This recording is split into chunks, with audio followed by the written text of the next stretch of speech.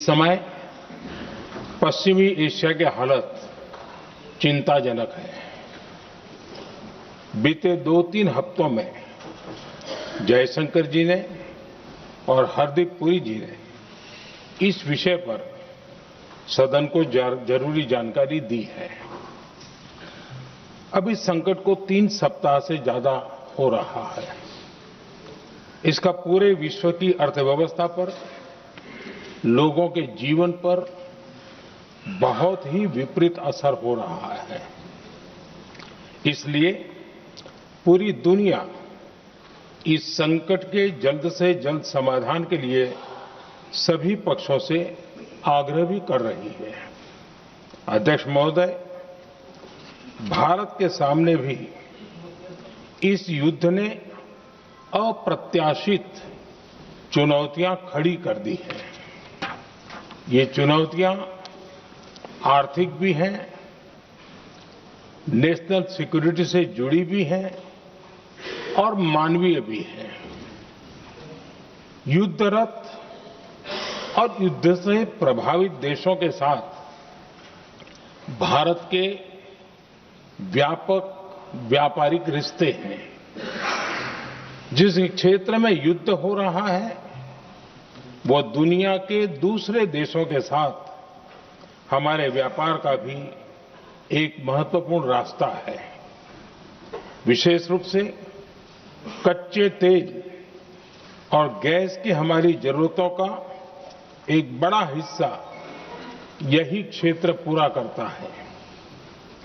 हमारे लिए ये रीजन एक और कारण से भी अहम है। लगभग 1 करोड़ भारतीय खाड़ी देशों में रहते हैं और वहां काम करते हैं। वहां समंदर में जो कमर्शियल शिप चलते हैं उनमें भारतीय क्रू मेंबर्स की संख्या भी बहुत अधिक है। ऐसे अलग अलग कारणों के चलते भारत की चिंताएं स्वाभाविक रूप से अधिक है। इसलिए ये आवश्यक है कि भारत की संसद से इस संकट को लेकर एक मत और एकजुट आवाज दुनिया में जाए।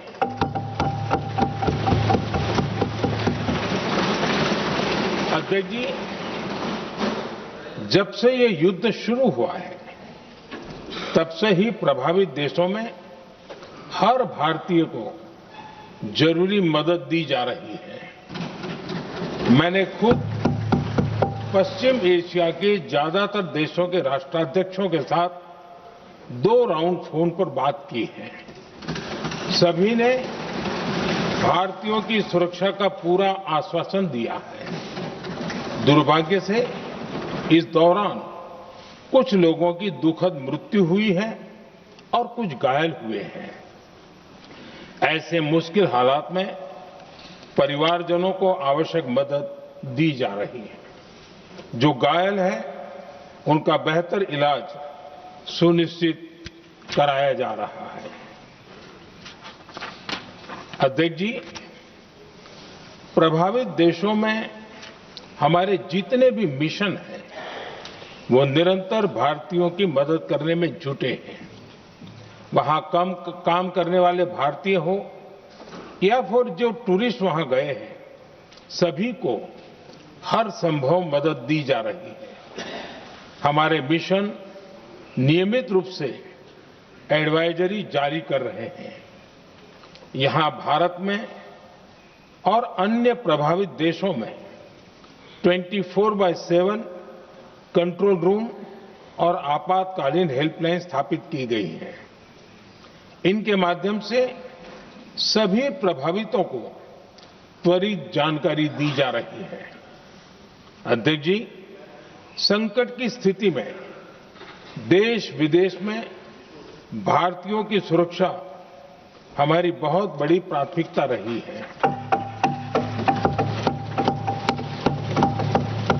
युद्ध शुरू होने के बाद से लेकर अब तक 3,75,000 से अधिक भारतीय सुरक्षित भारत लौट चुके हैं। ईरान से ही अभी तक लगभग 1000 भारतीय सुरक्षित वापस लौटे हैं। इनमें 700 से अधिक मेडिकल की पढ़ाई करने वाले युवा हैं। खाड़ी देशों में भारतीय स्कूलों में हजारों विद्यार्थी पढ़ते हैं। सीबीएसई ने ऐसे सभी भारतीय स्कूलों में होने वाली कक्षा 10वीं और 12वीं की निर्धारित परीक्षाओं को रद्द कर दिया है।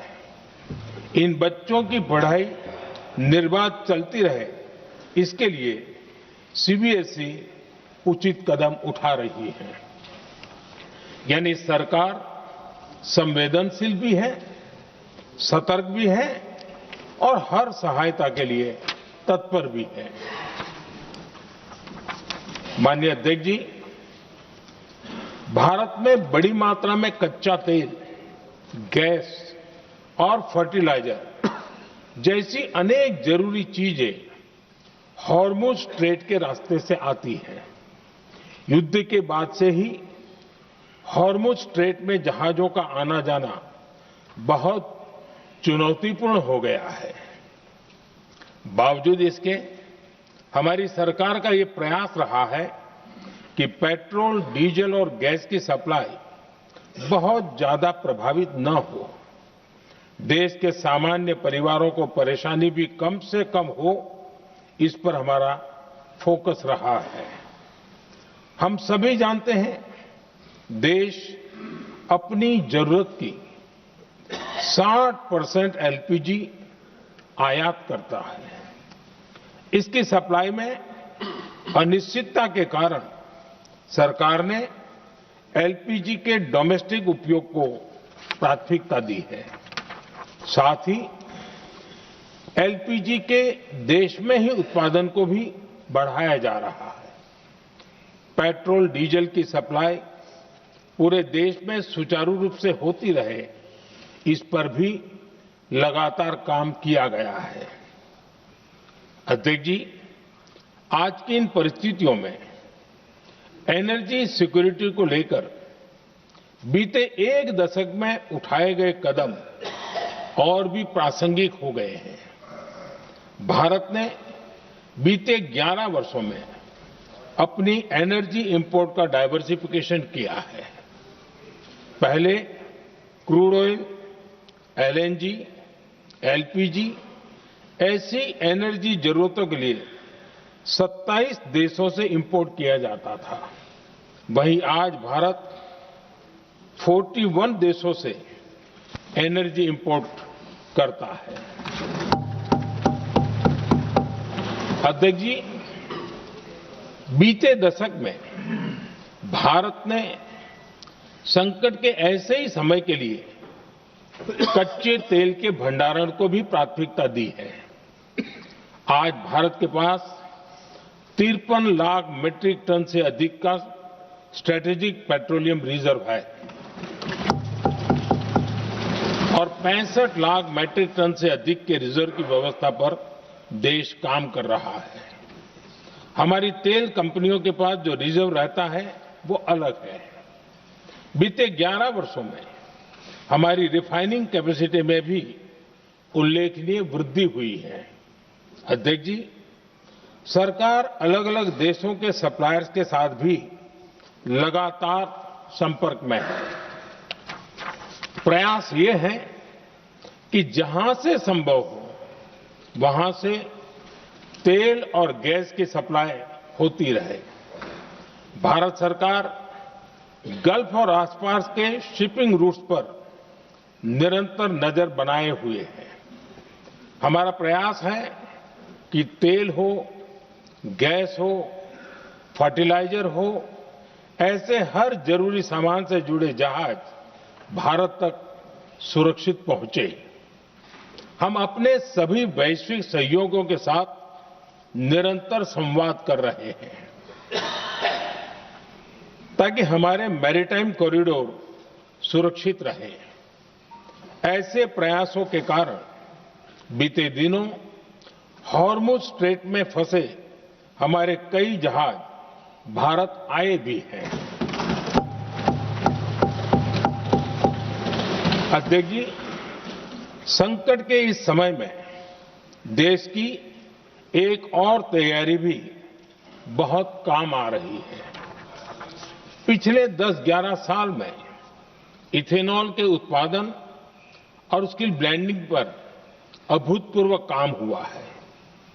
एक दशक पहले तक देश में सिर्फ 1-1.5% इथेनॉल ब्लेंडिंग कैपेसिटी थी।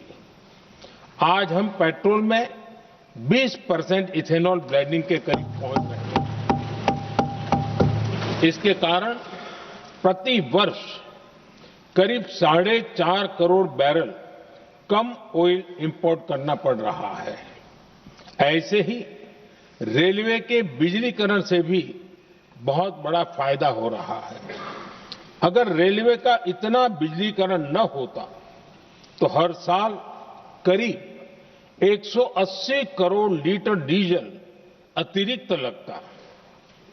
ऐसे ही हमने मेट्रो का नेटवर्क बढ़ाया है।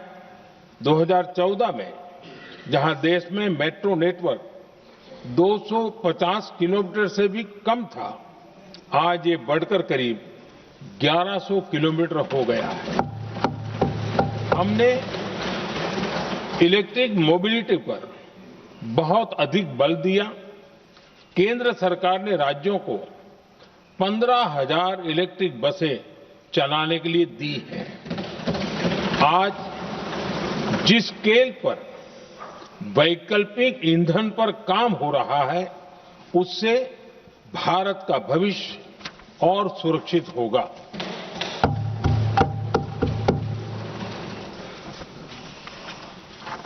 आदरणीय अध्यक्ष जी, हम जानते हैं कि एनर्जी आज इकोनॉमी की रीढ़ है और ग्लोबल एनर्जी नीड्स को पूरा करने वाला एक बड़ा सोर्स वेस्ट एशिया है। स्वाभाविक है कि दुनिया भर की अर्थव्यवस्था वर्तमान संकट से प्रभावित हो रही है और भारत पर इसका कम से कम दुष्प्रभाव हो, इसके लिए निरंतर प्रयास किए जा रहे हैं। सरकार इसके शॉर्ट टर्म, मीडियम टर्म और लॉन्ग टर्म ऐसे हर असर के लिए एक रणनीति के साथ काम कर रही है। आज भारत की इकोनॉमी के फंडामेंटल्स मजबूत है। इससे भी देश को बहुत मदद मिली है। हम हर सेक्टर के स्टेक होल्डर्स के साथ चर्चा कर रहे हैं। जहां भी जरूरत है उस सेक्टर को आवश्यक सपोर्ट दिया जा रहा है। भारत सरकार ने एक इंटर मिनिस्ट्रियल ग्रुप भी बनाया है। ये ग्रुप हर रोज मिलता है और हमारे इंपोर्ट एक्सपोर्ट में आने वाली हर दिक्कत का आकलन करता है और ये ग्रुप आवश्यक समाधान पर भी निरंतर काम करता है। मुझे पूरा भरोसा है कि सरकार और इंडस्ट्री के साझा प्रयासों से हम परिस्थितियों का बेहतर सामना कर पाएंगे। माननीय अध्यक्ष जी, एक बड़ा सवाल ये है कि युद्ध का खेती पर क्या प्रभाव होगा। देश के किसानों ने हमारे अन्न के भंडार भर रखे हैं, इसलिए भारत के पास पर्याप्त खाद्यान्न है। हमारा ये भी प्रयास है कि खरीफ सीजन की ठीक से बुआई हो सके। सरकार ने बीते सालों में आपात स्थिति से निपटने के लिए खाद की पर्याप्त व्यवस्था भी की है। अतीत में भी हमारी सरकार ने दुनिया के संकटों का बोझ किसानों पर नहीं पड़ने दिया था।